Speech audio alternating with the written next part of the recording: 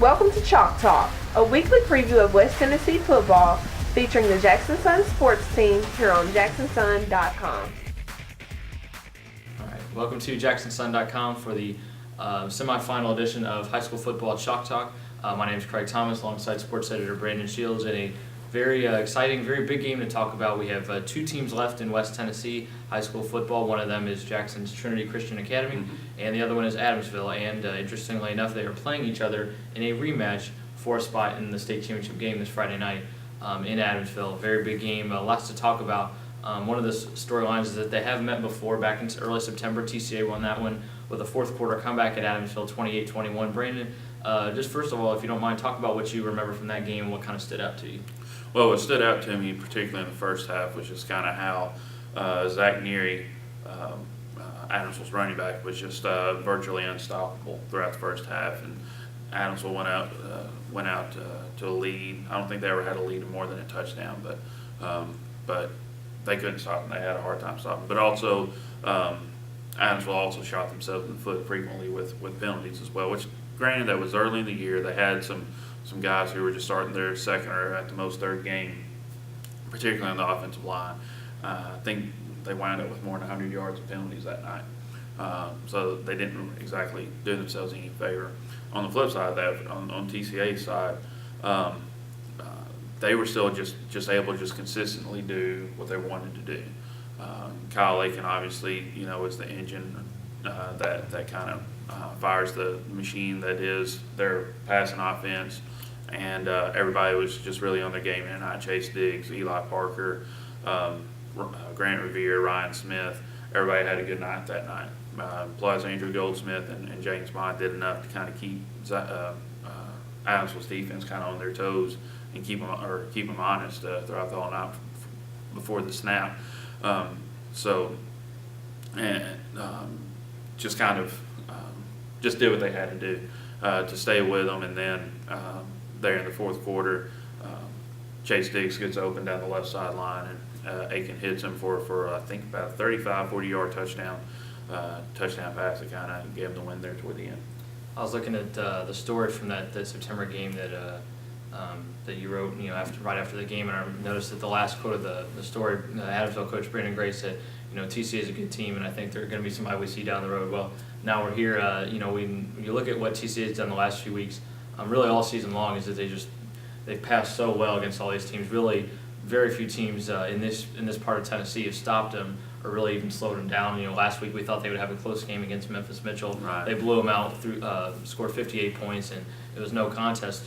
What can Adamsville do to slow down this TCA passing game? Well, first thing you got to think about is the fact that TCA's passing game is mainly a short passing game. They don't go for the home run ball very often. They may do it just to kind of try to catch defense off guard or whatever. But most of the time when they get a big chunk of yards on one pass play, it's because Aiken will hit Parker on a slant route, and then he'll make a couple of moves and get down the field for a 60-yard gain or whatever.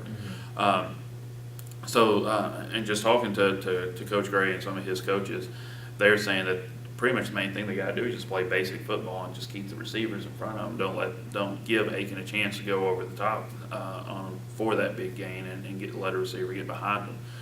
Let them get open for that. If they can maintain that, keep them in front of them and not let them get too far down the field.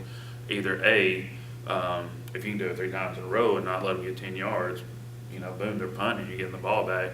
B, you're just kind of slowing down their scoring frequency and keeping your own offense a little more fresh and giving Zach Neary and Seth Paul and Dustin Neal and Jacob Wallace and all these other, Ross Bertram, receiver, all these other guys a chance to just kind of catch their breath before they start trying to move the ball themselves. And hopefully you just hope that they're going to have a long, sustained drive to give the defense a little bit of a rest. Now, Adamsville obviously has had a very good season too. It's been the case the last couple of years. They run the ball well. They play very good defense. You look at their scores from the playoffs, they're just not giving up very many points lately in these playoff games, which is obviously impressive. What about them as a whole do you think presents the biggest challenge to Trinity? Well, probably the same thing that Eagles coach told Coach Gray. was a challenge last week. Brandon Gray, Adamsville's coach, told me that either before the game or after, he was talking with the Eagles' coach, and he said that the main thing that kind of affected them as they were getting ready for their quarterfinal matchup last week was just Adamsville has to, or whoever plays Adamsville has to be prepared for 50 different offensive formations. Now, granted, it's not 50 different formations, the I formation, wing T, spread, all that, but they do so much, line up different players within the ones they run, that you got to be ready. Okay, if Jacob Wallace is lining up out here, what are they going to do? What could he potentially do out here? And then moving back in the backfield, back there with Neary and Seth Paul, what's he going to do back there? Just kind of be ready for that kind of stuff. There's this game, these teams know each other. They've been getting ready for each other so well that the chess match between the coaches could wind up being a pretty key part of this game. Mm-hmm. One other factor I wanted to ask you about, this game several weeks ago was at Adamsville. We know Trinity got the win on the road. Whether you like the Z plan or not, that's the way it is. And this game, despite Trinity winning the district and Adamsville finishing second, is back at Adamsville. So TSSAA will have to go on the road to Adamsville again. Do you think that the site of this game is going to be a major factor for Adamsville? I'll just go ahead and be honest with you, and this is just kind of an overall statement. I don't really think that home field really factors much into high school, just because, we're not talking like 80,000 or 100,000 people creating a full bowl, closing in the stadium from the rest of the world, so it's not like, the colleague is going to be trying to bark out, calls and nobody's going to be able to get them. Now, having said that, this will probably be the biggest crowd that either team has played in front of this year when you think about other factors. This is going to be the only game going on in rural West Tennessee between Memphis and the Tennessee River. Union City is going to Nashville Christian for their 1A semifinal. Henry County is going to Clarksville for Northeast for their 5A semifinal, which is another district champion going on the road to a district rival. So anybody wants to go watch football, they're probably going to make the drive down to Adamsville and go watch that game.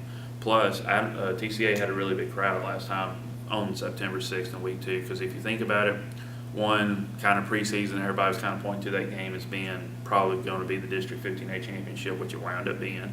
But also, there's a lot of excitement around the program because this was a week after they got that big 35-0 win over USJ. So a lot of people were on the bandwagon and were ready to travel the 60 or 70 miles, however many miles it is from North Jackson to Adamsville for that game. Adamsville had a really great crowd that night. Both sides had a lot of people. I think some of the visiting side was some Adamsville people just because they couldn't fit on Adamsville side.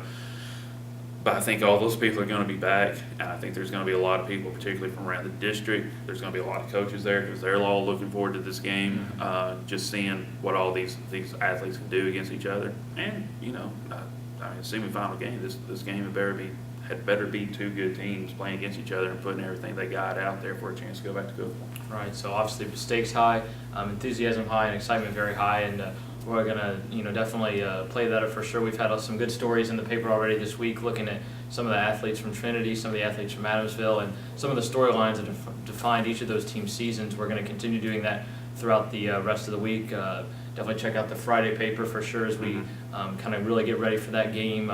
If you haven't seen some of those articles, you want to go back, go to jacksonsun.com, click on the sports tab, and you can access those very easily. Then Friday, Brandon, Josh Lemons, Michael Odom, Kenny Cummings, and I will all be in Adamsville putting together some pretty good coverage. Team coverage. That's right, of this TCA Adamsville game. So definitely a big one with a lot on the line. So if you're going out there, we hope to see you. Say hi. Other than that, have a great week, and we thank you for tuning in. See you.